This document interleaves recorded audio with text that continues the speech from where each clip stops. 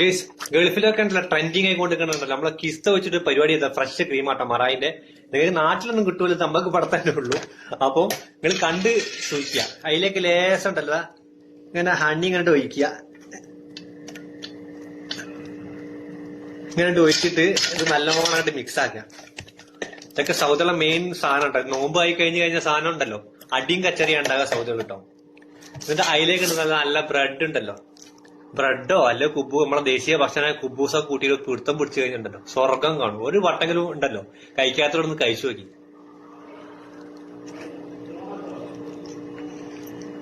കിട്ടു സാധനം ഒന്നും പറയാനില്ല.